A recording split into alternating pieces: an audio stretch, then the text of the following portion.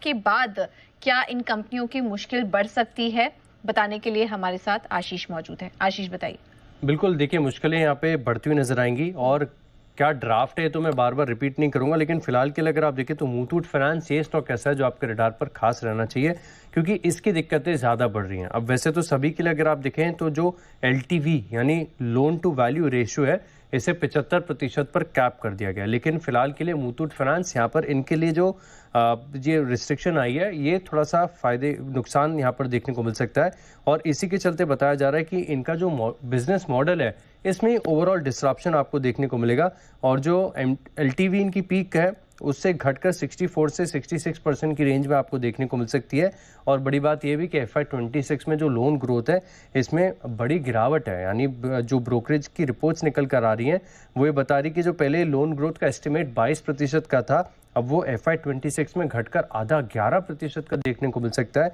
और इसी के चलते अगर आप देखें तो यहाँ पर माना जा रहा है कि इन कंपनीज के लिए बड़ा चैलेंज है। और सभी गोल्ड कंपनीज में से अगर आप देखें तो मुथूट फाइनेंस, इनके लिए चैलेंजेस काफ़ी ज़्यादा हैं, जहाँ पर FY26 में इनकी लोन ग्रोथ आधी हो जाएगी और इसी का असर हम देख रहे हैं कि स्टॉक में थोड़ी सी गिरावट है।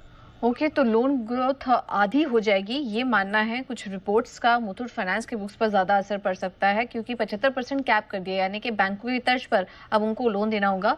वैसे तो 75% पहले भी था, लेकिन उसके आगे भी ये कंपनियां लोन देती थी उस वैल्यू को के पार जाके भी। लेकिन अब RBI ने कह दिया है कि आपको लोन टू वैल्यू को स्ट्रिक्टली मॉनिटर करना होगा। और इसके अलावा अभी ड्राफ्ट में काफ़ी सारे नियम जारी हुए हैं उनके वैल्यूएशंस को लेकर, निगरानी को लेकर, तो ये सब भी फोकस में रहेंगे। इस वजह इसका कितना इम्पैक्ट आप देख रहे हैं इन कंपनियों पर? और मुथूट फाइनेंस ज़्यादा टूट रहा है आज, क्या सबसे ज़्यादा असर इनके बुक्स पर पड़ेगा?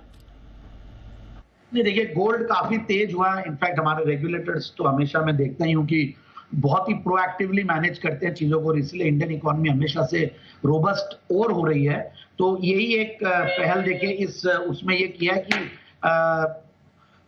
गोल्ड लोन्स, गोल्ड जब इतनी तेजी आ गई है और वहां पे अगर LTV इस तरीके से रहे और कहीं गोल्ड एक साथ 10-15% करेक्ट हो जाए तो बुक्स रिस्क में आ सकती है, या इंडस्ट्री और भी बहुत सारे प्लेयर्स हैं, Muthoot being the most prominent, भले वो मन्नापुरम हो और भी छोटी छोटी कंपनी। और हर बैंक के पोर्टफोलियो में आजकल गोल्ड लोन का एक बहुत बड़ा हुआ है।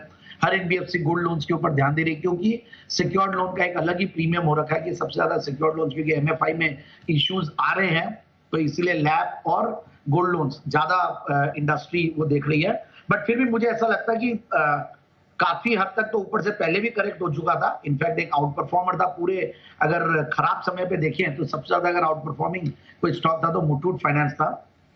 इसका इम्पैक्ट पड़ेगा और LTV सर्टेनली एक बहुत इंपॉर्टेंट फैक्टर होता है। तो मेरे हिसाब से जिन्होंने लिया हुआ है वो मतलब कहीं ना कहीं ऐसा मान के चले कि मुझे लगता है कि 1700-1800 एक रेंज होगा जहां पे सपोर्ट ले सकता है, क्योंकि वहां से एक बहुत बड़ा मूव ये स्टॉक नॉन स्टॉप दिया है।